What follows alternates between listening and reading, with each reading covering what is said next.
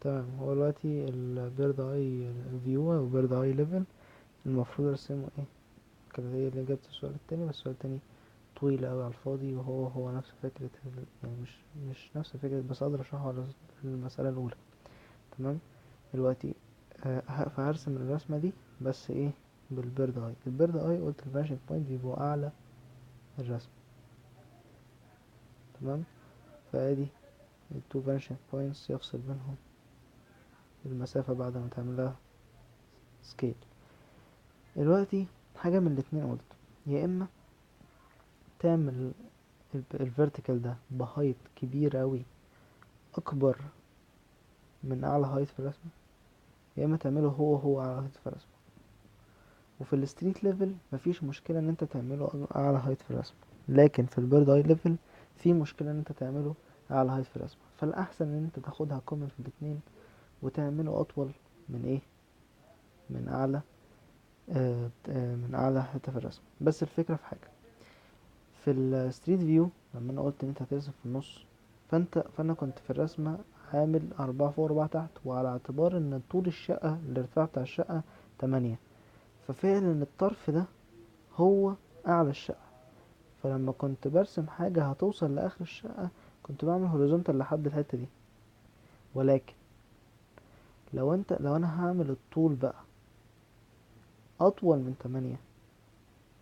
8، يبقى لا، يبقى من الهوريزونتال هرسم ال8، ومن عند ال8 هوصل بالايه؟ بالتو فانيشنج بوينتس. ماليش دعوة بالطرف بقى، ما بلطش من على فوق. تمام. حبيت اوضح الحتة دي. ده بقى نرجع للايه؟ للبيرد اي فيو او بيرد اي ليفل. طيب، الفكرة كلها في ايه؟ ادي التو فانيشنج بوينتس. تمام.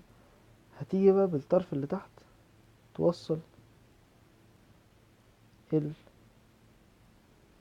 الطرف اللي تحت ده بالتو فانيشنج بوينتس. خلاص. تمام. وهيبقى ده الارض. تمام. وده معلش اختلاف. وادي خط الهوريزونتال اللي هحط عليه اللينسات. حلو. دلوقتي انا عايز ارسم الشقة اللي فاتت، كان الطول بتاعها كلها 8، نعتبر ان ده اطول من 8، ده 10 مثلا. فادي هنا ال8، ده ال8، وادي ال6، وادي ال4.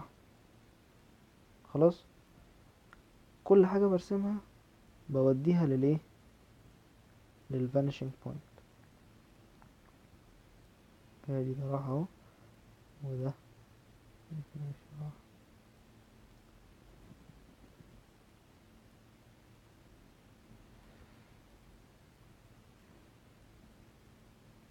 حلو.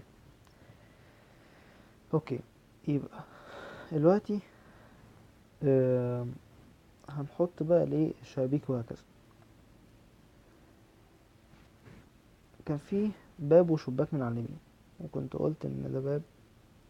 لا. آم، ده بداية الباب، بعد كده آخر الباب، بداية شباك، وده كان آخر الشباك، وده كان آخر الشقة. وكان على الناحية التانية مش عارف 2.5، ده كان بداية الشباك. وبعد كده بعدها ب2 نهاية الشباك. وبعد كده كان آخر الشقة في الآخر بعدها 2.5، آخر الشقة. طيب، برضو هوصل بالايه؟ بالفانشنج بوينت. واي حاجة على اليمين اوصلها بالشمال، واي حاجة على الشمال اوصلها بالايه؟ باليمين. تمام. فاخد ده اوصل ده كده، اوصل ده كده. لا،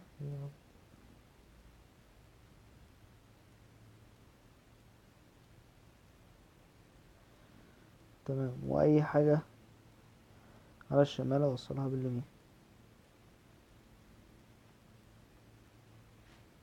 طيب، اهم حاجة الانترسكشنز. خلاص. طيب، دلوقتي الباب اهو. لا، أنا مش عايز ولا مصاص. تمام. الباب اهو.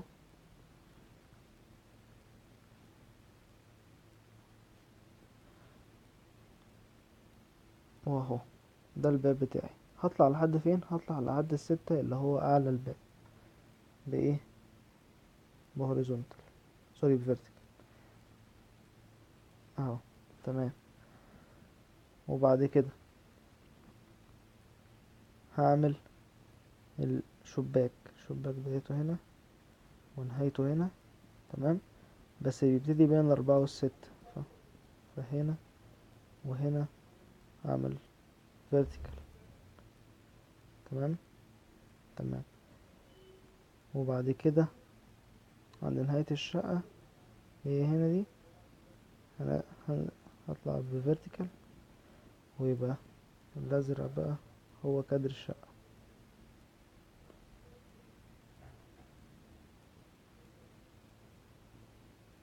تمام. وهنا ادي اخر الشقة اهو، ده كادر الشقة.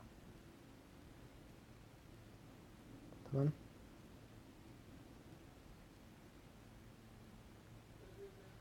تمام.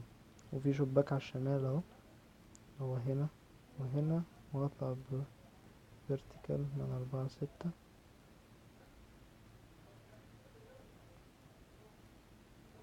فكرة بقى في السقف. السقف هروح اعمل ايه؟ هجيب ده. تمام. واوصل الطرف ده. تمام. الطرف ده بالفانيشنج بوينت الايه، ما هو على الشمال، يبقى اوصله بالفانيشنج بوينت اللي على اليمين. والطرف بتاع العمارة ده هوصله بالايه عشان هو على اليمين، هوصله بالفانيشنج بوينت الايه اللي على الشمال. ومن وبالانترسكشن ده هتقل بقى ايه